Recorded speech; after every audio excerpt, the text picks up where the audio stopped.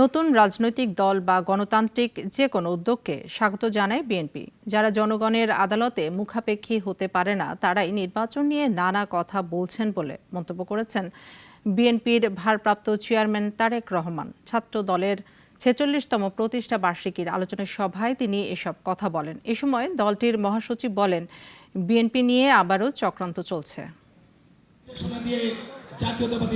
জাতীয়তাবাদী ছাত্রদলের ৪৬তম প্রতিষ্ঠাবার্ষিকী উপলক্ষে রাজধানীর ইঞ্জিনিয়ার্স ইনস্টিটিউটে আয়োজন করা হয় আলোচনা সভা। অংশ নেন সারা দেশ থেকে আসা সংগঠনটির নেতাকর্মীরা।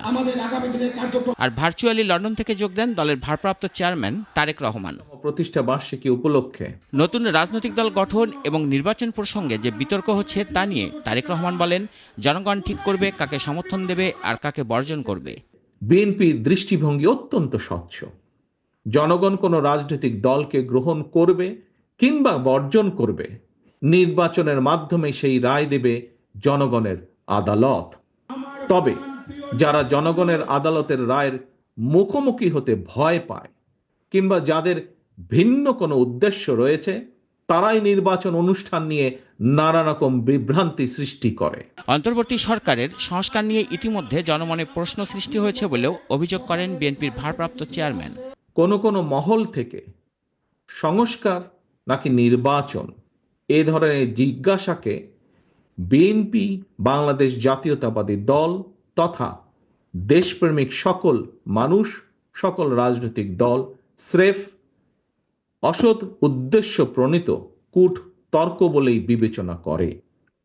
বরং আমাদের দল বিএনপি মনে করে রাষ্ট্র, রাজনীতি এবং রাজনৈতিক দলের গুণগত পরিবর্তনের জন্য সংস্কার এবং নির্বাচন উভয়ই প্রয়োজন। বিদ্যমান ব্যবস্থাকে সময়োপযোগী করতে সংস্কার একটি অনিবার্য ধারাবাহিক প্রক্রিয়া। একইভাবে গণতান্ত্রিক ব্যবস্থাকে টেকসই এবং প্রাতিষ্ঠানিক রূপ দিতে নির্বাচনই সবচেয়ে বেশি গুরুত্বপূর্ণ ও কার্যকর পন্থা। বিএনপি মহাসচিব নিজের দলের সবাইকে সতর্ক করে জানান, আবার চক্রান্ত শুরু হয়েছে।